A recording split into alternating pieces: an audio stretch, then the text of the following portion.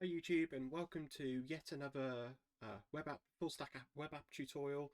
And in this episode we are continuing on with our development of the server and client, but actually we're going to revisit how we did the middlewares. Again, like you say, this tutorial series was developed for a colleague, and I thought I might as well put it on YouTube as well. And he was interested in understanding a bit more detail about how the middleware functions within our server. So last episode we built the client and a test framework to just do a unit test on the ping pong response. So I can now use that to get a better description of the middlewares. And having checked back and looking at my other stacks and decks, I realised that I've been quite rushed the middleware a little bit. So we can probably go into a bit more detail, refine it, clean it up, be a bit more precise on it, and then we can really see how the request comes in from a user, gets processed by the server, and then gets returned to the user. So where we start is how we define middlewares, and there's actually three locations where you can define them. There's at the top level at the app, which is where we have before. So we say use, and that we then apply to every request coming in. We can apply them at the router level. So if we went to our ping, we can actually apply them at the router.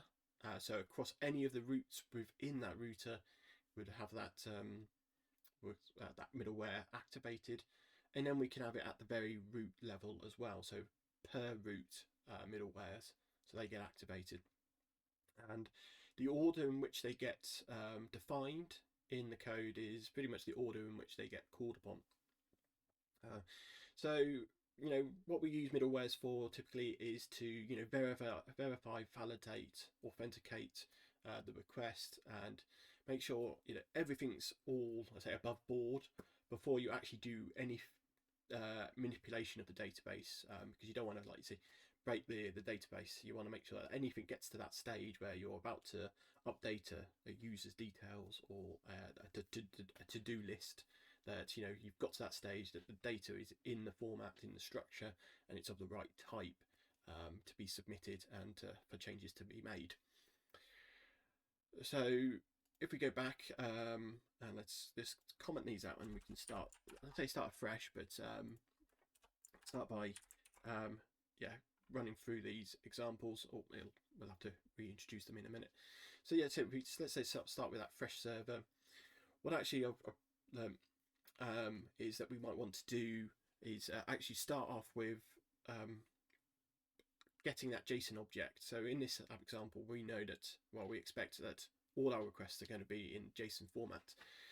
So my first real middleware, and because it's an asynchronous function and there's something going on, I need to talk to the person who manages HyperExpress how you want to call the asynchronous function before any of the synchronous functions, and we'll see that in a second, to make sure that the ordering works correctly. And also what we do by calling the JSON objects and unpacking that first is that actually we use it later on in some of the middlewares. By doing it initially, it actually caches the data in a hidden variable in the request. So we might as well just unpack that JSON object and then have it then available to us throughout the app, so we don't have to try and unpack it again.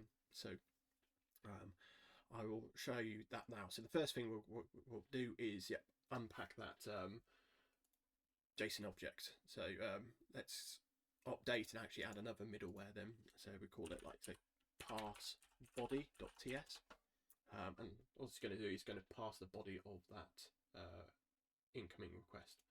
So I'll just get my reference up here. What we're going to do is going to call it export a constant. We're going to call it the pass body. We know it's going to be of the type middleware handler, and we're going to have it a request response next. Okay. So with all these kind of middleware handlers, you have the request that's coming in. So imagine this pipeline that is going to be flowing through. We'll have the request, the response that we're going to be constructing and building. So again, middlewares, as it grows, might be manipulating and updating that response before it gets sent back. And then the next function is to call the next line of middlewares all the way up until we get to the final endpoint. But what actually does the next is actually applies kind of a pause, kind of pauses that middleware to activate the next one.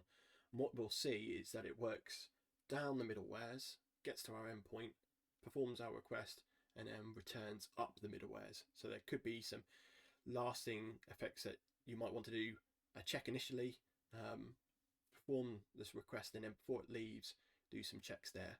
A bit like what we do with the sanitize request. We do some checks on the format of that object before it goes out, so we don't release any of the keys or values that are just for the server, such as the hash, salts, the low key details of low key for the database. Anyway, so yes, we've got this middleware. How we're going to help describe, actually, visualize what's going to happen is we're going to do our logging as well. We're going to say, make sure we highlight that this is the pass body function, and I'm going to call this down as well. So we're going to say it's coming down the pipe, and then it's going to go back up the pipe. So we're going to give it the request URL so we know where the request is coming from. And in here, we're going to unpack our JSON object. Okay, and we're going to wait until then.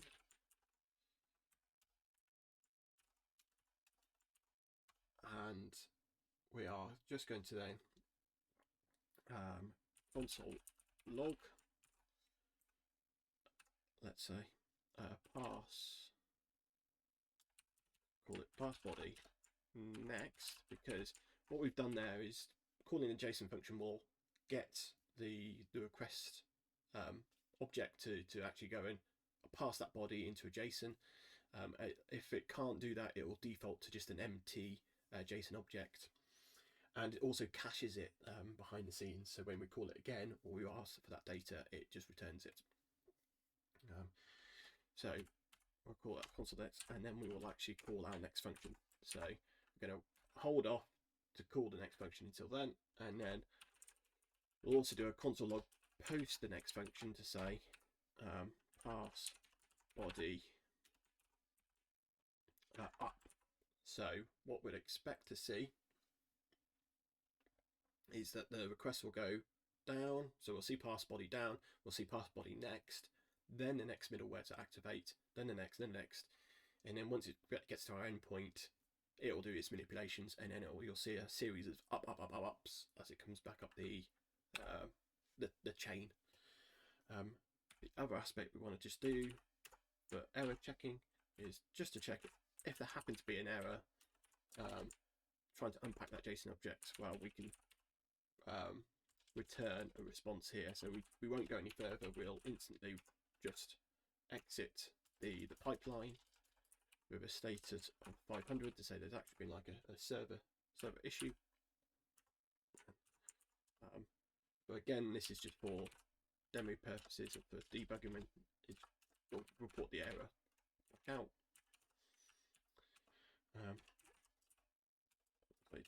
No. Okay, so that's our first middleware we're going to do. It's just cleaning up how we've done it before. So this is just passing that body. And what we do then is we're going to apply that to all our requests in this case, because all our endpoints will be dealing with the JSON objects, and that should have imported at the top. There it is, there in the middleware. And then the next one, we will do our response time. So if I just reapply that one, and then we'll go back to that function in a second there, response time. So if we go to response time, this is the function here. Again, it's a request response next. I've got response time, and I'll put this as down. And then next, I'm going to put the response time up here.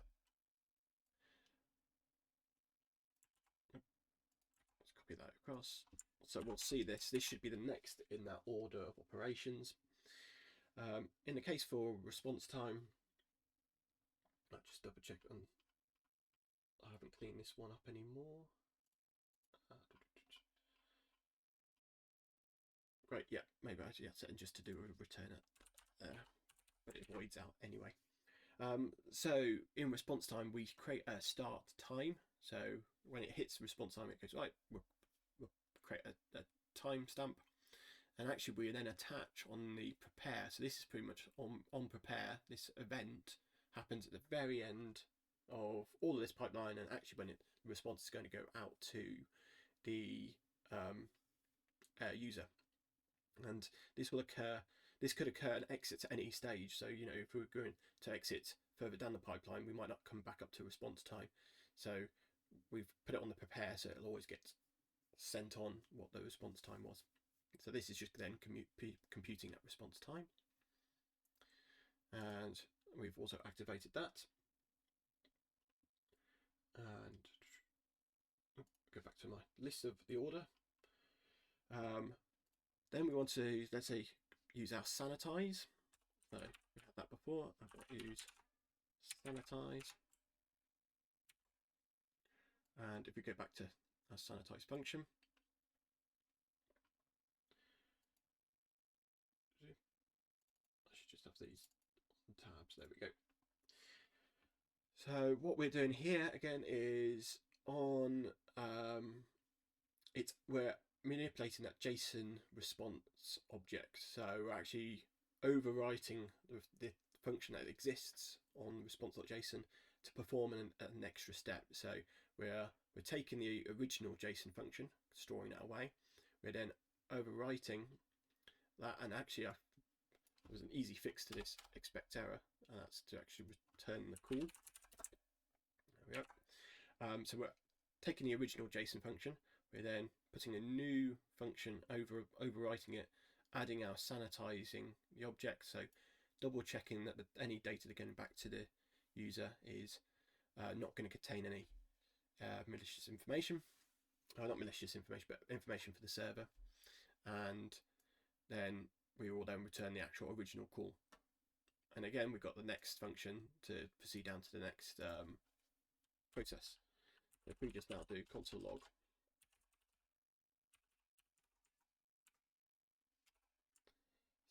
sanitize, keep it in lowercase, we'll do it down, and then we can do up. So we expect to see this go down and up, and then return it just for completeness. And have we added it back to the function, so it's all imported. Great. And now we go to our user locals. So I initially created the middleware in the init REST API, which is all fine. It's just, you know, it's not in the middleware folder. So let's create that apply locals middleware outside, and then we can import that in to just again keep it clean, have it in the same location as the others. So we're going to here export a constant apply locals middleware, and it's going to be we're just going to say it's accept any object, so key string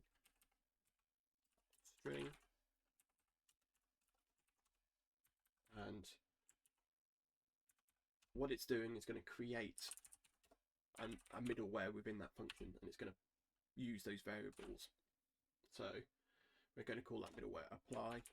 It's of type middleware handler, and of course it's going to have a request response next, and then we do console log. We'll call this one then apply locals down,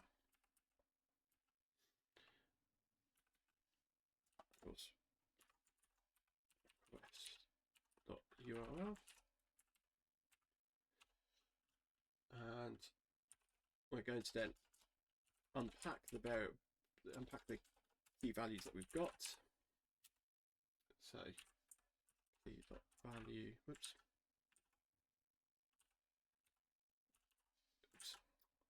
going all over the place today. Here we go, key.value of object entries, locals. So the locals that we've just imported, these are the key values that we want to append to our request locals.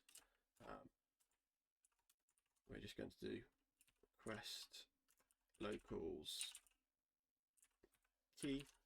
I'm going to define it in our locals, and we're going to pass it the value. So we're just appending them to request locals, and then we can run the next middleware, and then when it returns, we will just do copy this across, apply locals, and we're coming back up the pipe. It's done. And as we're not using the response or doing anything with the response, we can just omit it there. And we need to return that apply function there. Okay, so now we can then, rather than have our default local context here, we can then do app.use apply locals, and we'll give it an object with user is null, and we're going to give it the object users collection as users collection.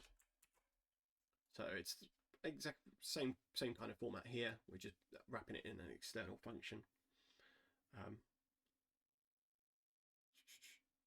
Oh, sorry, that's right. Yeah, so I've said it's a type string here. This should be a type any, accept any kind of format. Again, we can then be a bit more stricter and actually type this explicitly, so we feed in the right object structure here. Again, just for a bit of speed, we'll omit it for now. I can then clear that. So every request will unpack the body if it exists. We will start the response time ticker, the timer. We will sanitize any objects coming back up after we've got to the endpoint, and we will apply the locals information that will be available to the endpoint to access, like user details and the user's collection for the database.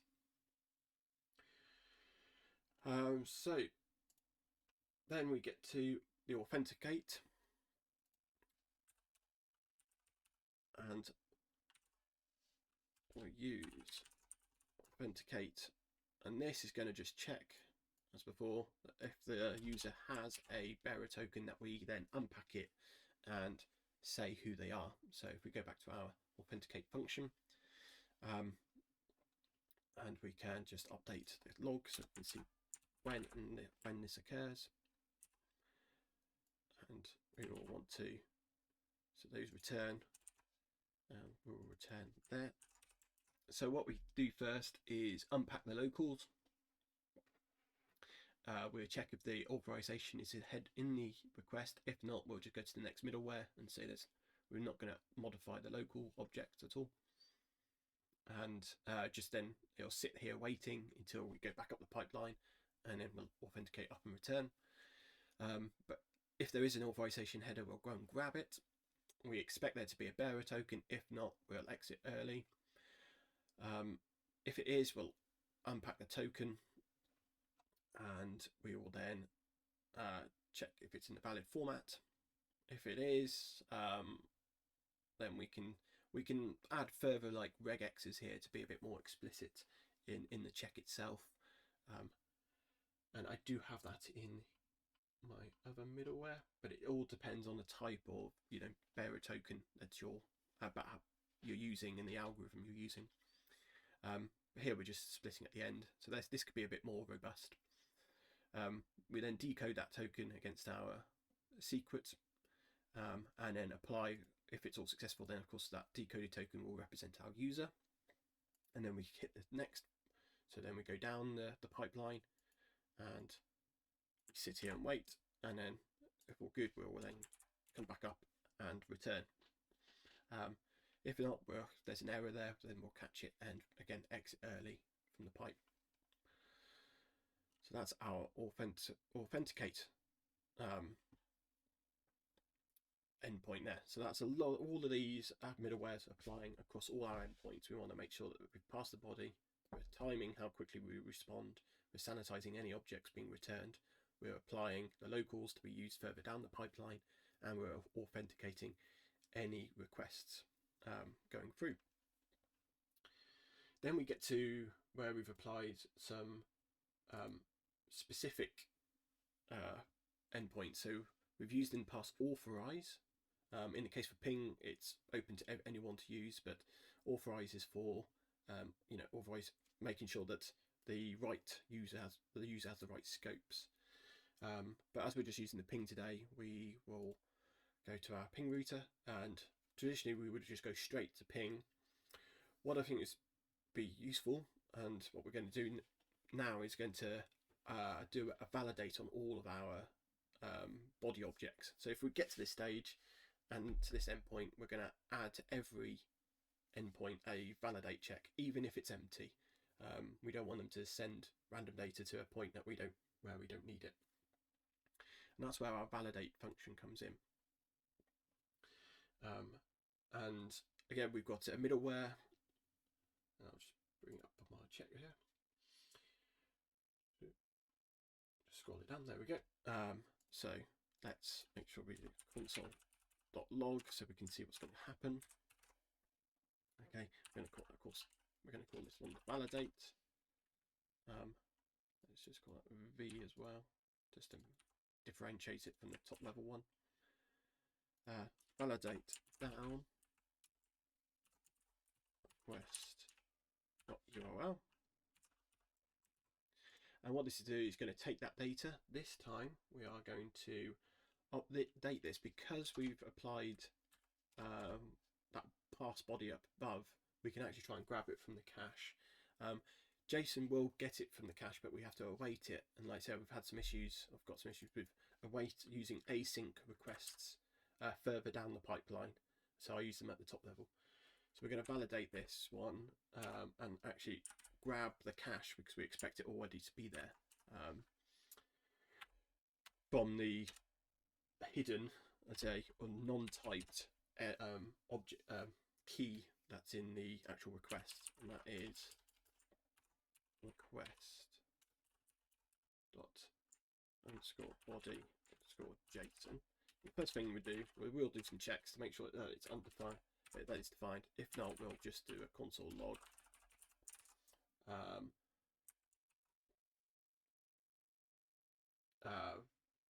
Validate requires body to have been called first. The JSON cache. Okay. So we can then respond with it.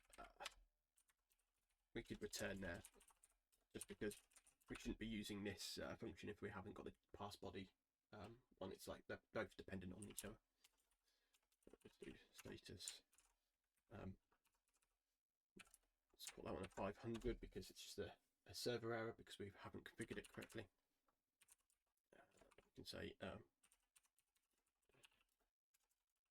not implemented, and we'll say the data is null. There we go. So oops, send, there we go, or JSON, sorry. So we'll respond with that. But if all is well, we are then just going to use that cached data.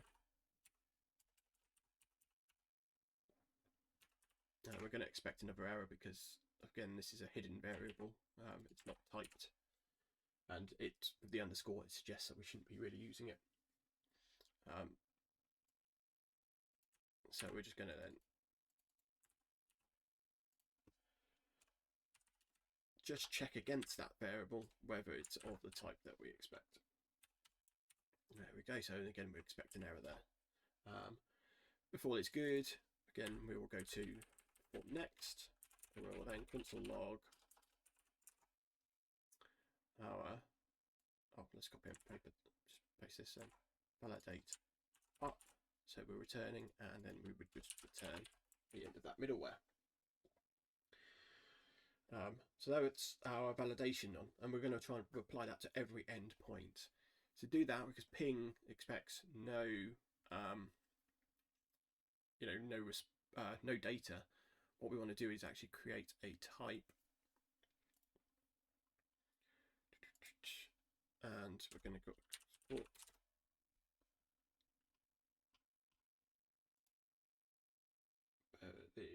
just get my types up just again, we're going to call it type empty object.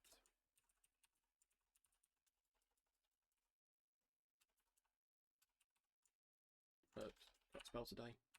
Empty object, and it equals, oh no, this is going to be the constant, it's actually going to be a variable.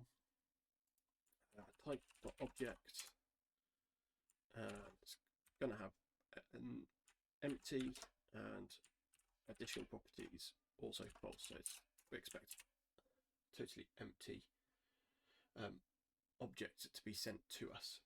So like I said, the pass body will default to an empty object if nothing is sent. That's written in the HyperExpress middleware. There we go, and then we're just going to export that type.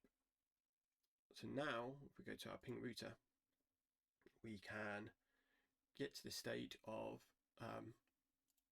adding the validate here in our middleware, and we're going to pass it empty object, so we expect to only receive empty objects to our ping request. And I think that is the entire chain of requests going down and up. The other little fix is this typing args context send, and that is waiting on the JSON. Well, it doesn't matter really. You can make it synchronous now because we could use that back end, but you might want to keep that as a synchronous one. And to do that, you'd want to you could just use that cached variable. But we'll see how we go now. If so, I might make those changes into the object again, just to make it a bit cleaner. So with all those applied, what we'd expect to see when we run the test then, hopefully, is that we'll see pass body be called first and saying down, response time down, sanitize down, apply locals down, authenticate down, validate down, then the ping router be called, then validate up, authenticate up, apply locals up, sanitize, response, pass body. So, oops, my git pushes.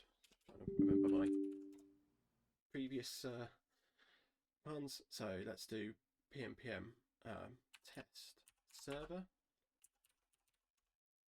and that's going to run our ping test from before. And here we go.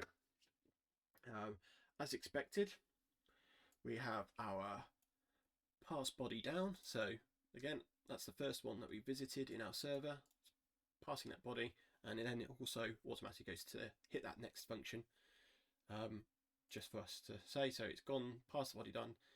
This would get called, because it's a promise, it'll be sitting waiting for the return, and then we'll hit next, and that's why we get that called. Then we'll go down to response time, which is again our next one in the list, so we're going down again. Then we get to sanitize, going down, apply locals, going down, authenticate going down, and validate going down. Then we hit our ping. The ping does our operations, what we'd actually, we've reached and passed all our checks. We can, manipulate that database, do our work, return our response, and then validate up. So if there's anything that we might want to have done, validate again in that validate function, we can. Authenticate, go back through it, again, do any changes, apply locals, are there anything that we want to do, sanitize, again, do anything we want to do, response time, and then back to response body. With all of those, most of those next return nothing. We're not doing anything in the upstream of that pipe. But hopefully that gives you that better understanding of how we are going. Yeah, we go proceed down a set of middlewares to the actual endpoint function, run that function, that creates our response. And that creates a response when all is good, and then we would then return back up those those middlewares. And as we've noted, in some of those middlewares, there are exit early responses, so they wouldn't proceed down that full chain. They would exit early and return to the user. So I hope that was a bit more useful in terms of describing how that middleware functionality works and how you can build like a set of series of complex checks and statements to make sure that ultimately make sure that the request is valid before you do any operations on the back end. So thank you very much for watching. Next episode will be then going into the client and building that one out to include the user calls and user endpoint calls. So we should be doing that, and then we'll be all ready to go for creating our web app. So see you in the next episode. Thanks for watching.